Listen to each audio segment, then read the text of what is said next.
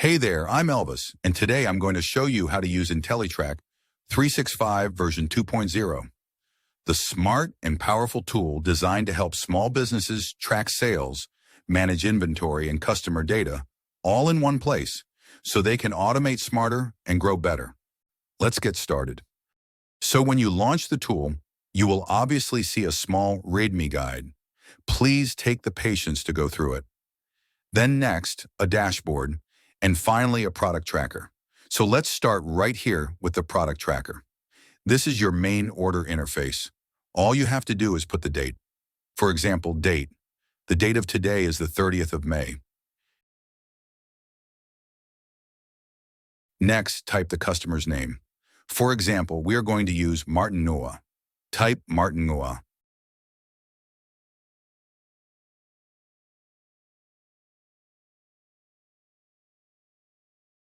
And you select a drop-down of products. Under product name, we already have a list of products in the system. Let's say Martin Ngua wants to buy a desktop. So if you choose a desktop, you find out the price for desktop automatically comes. And you can put the quantity. If he wants 2 desktops, it automatically multiplies that.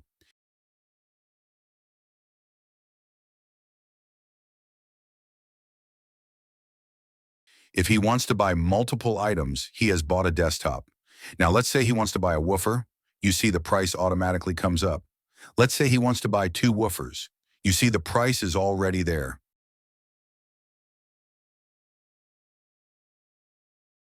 You can put his phone number, you can put whatever, and then for remarks, we can say okay. So that's that for Martin Ngua. Everything automatically gets calculated. If you take note, you see he has bought 4 items. There are 4 items in total. And the total amount for all of these, if you sum these two up, it's going to give you $330,000. So we already have it right here. So that's that for the product tracker. So when we are done with product tracker, which is the main interface, the transaction automatically locks into the sales and customer tracker. That's automatically locked into the sales log. So we see, yes, 38 and the sales ID for Martin Ngua. His phone number is all replicated. So what you do here, take note that the red columns, we don't refill the red columns. You see, you cannot do anything on the red columns like you see here. So for Martin, you can put his phone number, his company, so you can see he works for Nextel, Gmail. I'll say mn@gmail.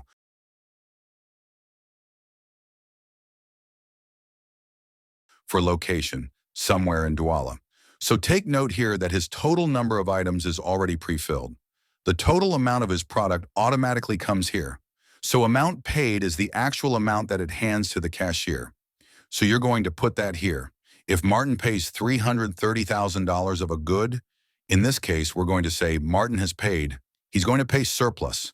Let's say Martin paid $350,000.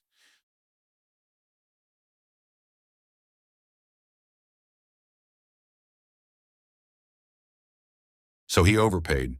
We're going to choose overpaid here. And how did he pay? Probably cash. So if we choose, if Martin pays more than the total amount, you see that there's a pending. There's a debt of $20,000 that you owe. The business owes Martin. Now let's come back here and say, for example, Martin paid less than $330,000. Let's say Martin paid $300,000. And here he has, let's go to partially paid. So you see that now Martin has a pending balance of $330,000. This one automatically returns to 0. So that is it. And SalesLock loves this transaction. So it's very easy to use and everything gets automatically calculated. So let's fix that. Let's say initially paid our $350,000. So next we go to the customer database. So automatically the customer automatically gets locked in here. So in the customer database, there's nothing you can do. Like here is just to verify customers. We see like Martin, we have all his details automatically locked here, his total orders. And this accumulated amount paid is the entire amount Martin has ever purchased something in the company. For example, if Martin has purchased 10 times, it is going to summarize. It is going to sum all the total amounts of that 10 times. Those 10 times and it will put it here. So you will never find a duplicate customer. You'll never find a duplicate customer. So every customer here is unique. If Martin comes back after some time to purchase again, this customer information here will only just be updated. The amount will just sum up here, and you will not see another lock. So you can equally search for a customer. If you want to search for a customer, let's say you may want to search for Desmond Wills. So just search for Desmond Wills here, and you can see every information.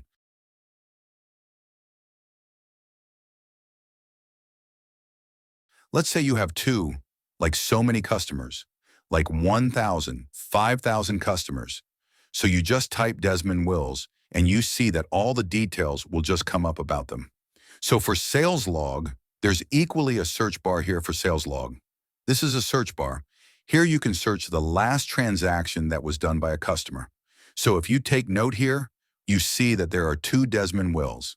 He bought first time and he came back later and bought another thing. But in the customer list, there's just one. That's because it has just updated. It is not going to create another Desmond Wills. And so here, if you search, for example, Desmond Wills, who has two transactions locked in,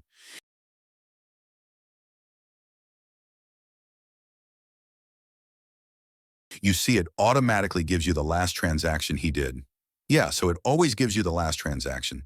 He has two transactions here, and you can see the date he did his last transaction.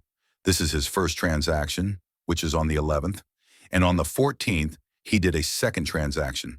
So here just gives you the last time the person did carried out the transaction at your shop. You can always find that information when you search. So that's brief about it.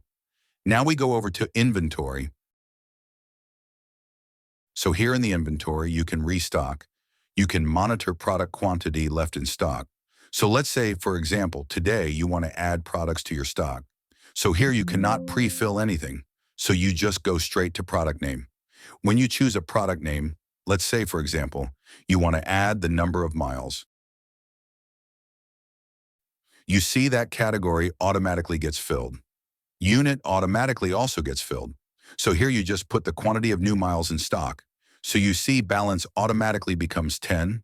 And then you can put your supplier name, say NXT did the supplies.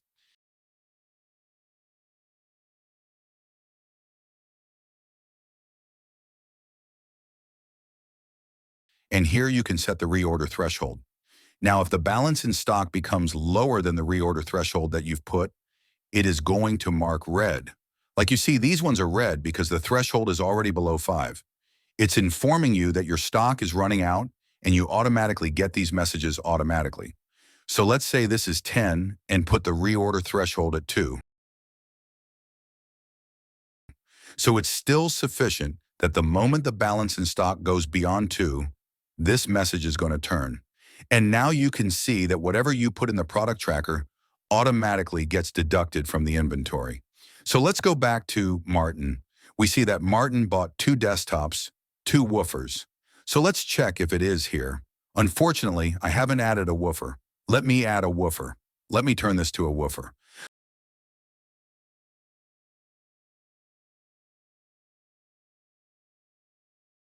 So we have 6 woofers left in stock. That's probably because someone has bought woofers before. So if you look here, there's 2 woofers here, and there's another 2 woofers here. So meaning 4 woofers are out of stock. You see 4 woofers are out of stock. So you see the inventory automatically listed at 6. If I come back here and put that Martin took like 6 woofers, you're going to discover the inventory will become red. It will be below stock because it's now out of stock. The balance in stock is 2.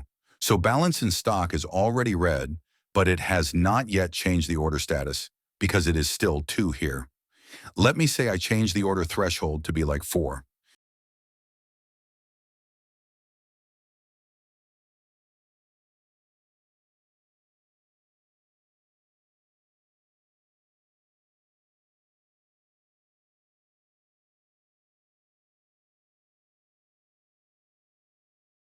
You see it automatically turns below the order level. That's because the balance in stock is less than the threshold. So take note of the date of this transaction. Now let's go to dashboard. So you see that the dashboard already automatically registers that transaction. So for today, we've had sales of 510,000 for the week because it falls within a week. So this is it. And if total month sums up, it will only reset at the end of the month. I'm starting balance and all that. So from this dashboard, you can see everything about transactions. So for these charts, you can see the latest information. You just go to data and refresh automatically.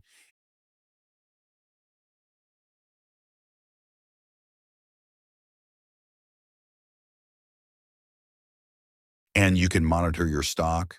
You can see your top highest customers. You can see Martin Wise already number in your top 5, depending on the accumulated amounts they have bought for that period. You can always filter according to months, weeks. Yes, so it's a very effective tracker. So I just had to show you how to do it.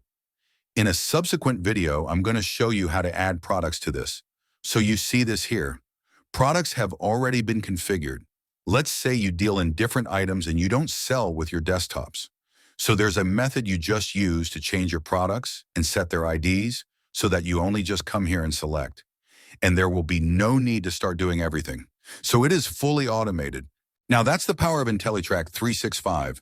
No subscriptions, no setups, and no tech skills needed. Just plug and play. For just $15, download Intellitrack 365 today from payhip or seller.com and start tracking like a pro.